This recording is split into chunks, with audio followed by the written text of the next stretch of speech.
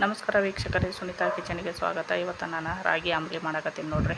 ನಮ್ಮ ದೇಹಕ್ಕೂ ತಂಪ್ರಿ, ನಮ್ಮ ಆರೋಗ್ಯಕ್ಕೂ ಭಾಳ ಚಲೋ ರೀ. ಮಕ್ಕಳಿಗಂತೂ ಅಗ್ದಿ ಚಲೋ ರೀ ಇದು ಅಂಬಲಿ. ಈ ಬ್ಯಾಸ್ಗ್ಯಾಗ ಈ ನಮೂನಿ ಬಿಸಿಲು ಐತಲ್ರಿ, ಬಿಸಿಲಾಗ ಊಟನೂ ಜಾಸ್ತಿ ಹೋಗಂಗಿಲ್ಲ. ಅಂಥ ಟೈಮ್ದಾಗ ಬೆಳಗ್ಗೆ ನಾವು ಇದೊಂದು ಗ್ಲಾಸ್ ರಾಗಿ ಅಂಬಲಿ ಮಾಡಿಕೊಂಡು ನಾವು ಕುಡ್ದೀವಪ್ಪ ಅಂದ್ರೆ ಮಧ್ಯಾಹ್ನವರೆಗೂ ಯಾವ ಊಟ ಬೇಡ, ಏನೂ ಬೇಡ. ಇದು ಭಾಳ ಆರೋಗ್ಯಕ್ಕೆ ಚಲೋ ರೀ. ಇವತ್ತು ನಾನು ರಾಗಿ ಅಂಬಲಿ ಮಾಡೋದು ತೋರ್ಸಕತ್ತೀನಿ ರೀ. ಅದಕ್ಕೆ ಏನೇನು ಬೇಕಂಥೇಳಿ ನೋಡೋಣ ಬರ್ರಿ.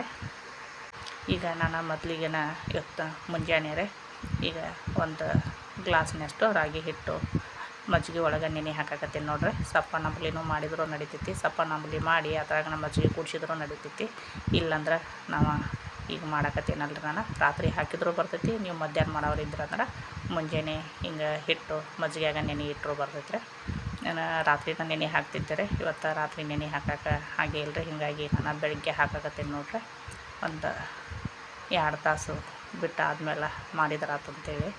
ಈಗ ನಾವು ಪೂರ್ತಿ ಹುಳಿ ಬರ್ಬೇಕಂದ್ರೆ ರಾತ್ರಿ ನಾವು ಹಿಂಗೆ ಹಿಟ್ಟು ಮಾಡ್ಕೊಂಡು ಇಟ್ಕೊಂಡಿವಪ್ಪ ಅಂದ್ರೆ ಮುಂಜಾನೆ ಅಂದ್ರೆ ಪೂರ್ತಿ ಹುಳಿ ಬಂದುಬಿಡ್ತೈತಿ. ಹುಳಿ ಅಂಬಲಿ ಬೇಕಂದ್ರೆ ನಾನು ರಾತ್ರಿನ ಹಾಕಿರ್ತಿದ್ದೆ ರೀ.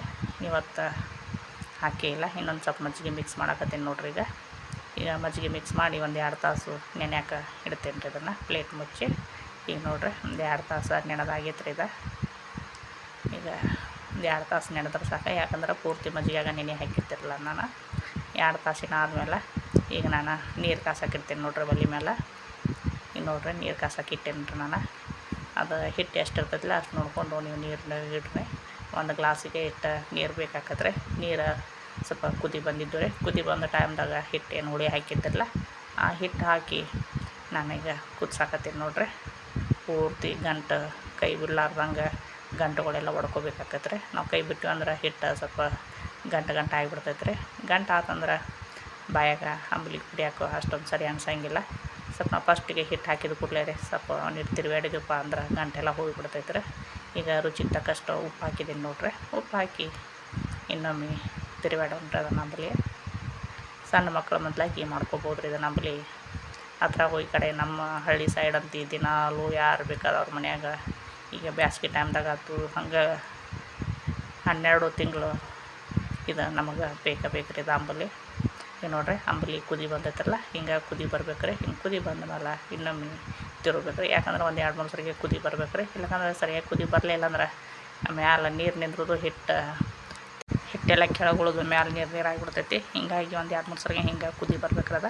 ಕುದಿ ಬಂದಾದ್ಮೇಲೆ ನಾವು ಸರಿಯಾಗಿ ಅದನ್ನೆಲ್ಲ ತಿರುವಿದಾದ್ಮೇಲೆ ನಾವು ಒಂದು ಪ್ಲೇಟ್ ಮುಚ್ಚಿ ಆರಾಕ್ಬಿಟ್ಟಿವಪ್ಪ ಅಂದ್ರೆ ನಮ್ಮದು ಅಂಬಲಿ ರೆಡಿ ರೀ. ಇದು ಸುಡು ಕುಡಿಕೆ ತಮ್ಮದೆಲ್ಲ ತಂಪಾಗಬೇಕ್ರಿ ಇದ್ರ ಅಂಬಲಿಗೆ.